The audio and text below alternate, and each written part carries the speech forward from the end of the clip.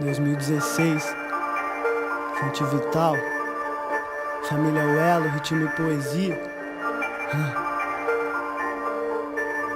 Fertilizando a consciência na terra, incorporando energias severas em meio ao concreto da selva tensa de pedra. Ainda nascem flores, mesmo no deserto universo de um louco. Ainda há cores indo desenhos nas paredes, falam mais que 1000 palavras. Um verso escrito à mão ecoa de milhares de vozes ao ouvir, sentir a cósmica centelha que vive em si. É a mesma que habita em todos. Todos temos pesadelos e sonhos.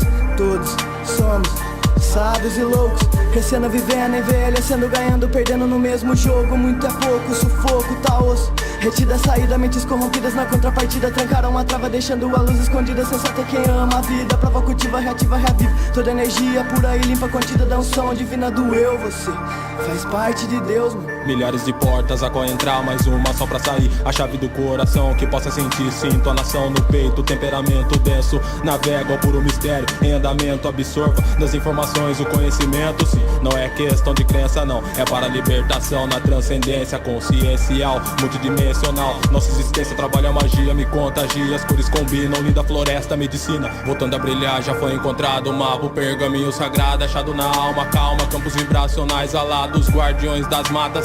Seres observando a evolução do homem trancado na vida, preso na mira, objetos levita ao poder da mente expandido, reciclo o prazer do espírito, sigo a leveza, o calor da fogueira acesa, essência, luz da natureza, tudo que vai, volta reflexo da experiência que nos contorna, aurora egrégora, energética, sintonia, compatível, abrando livre, ser livre dos seus presídios na Matrix. Todos temos pesadelos e sonhos, todos somos sábios e loucos, crescendo, vivendo, envelhecendo, ganhando, perdendo no mesmo jogo.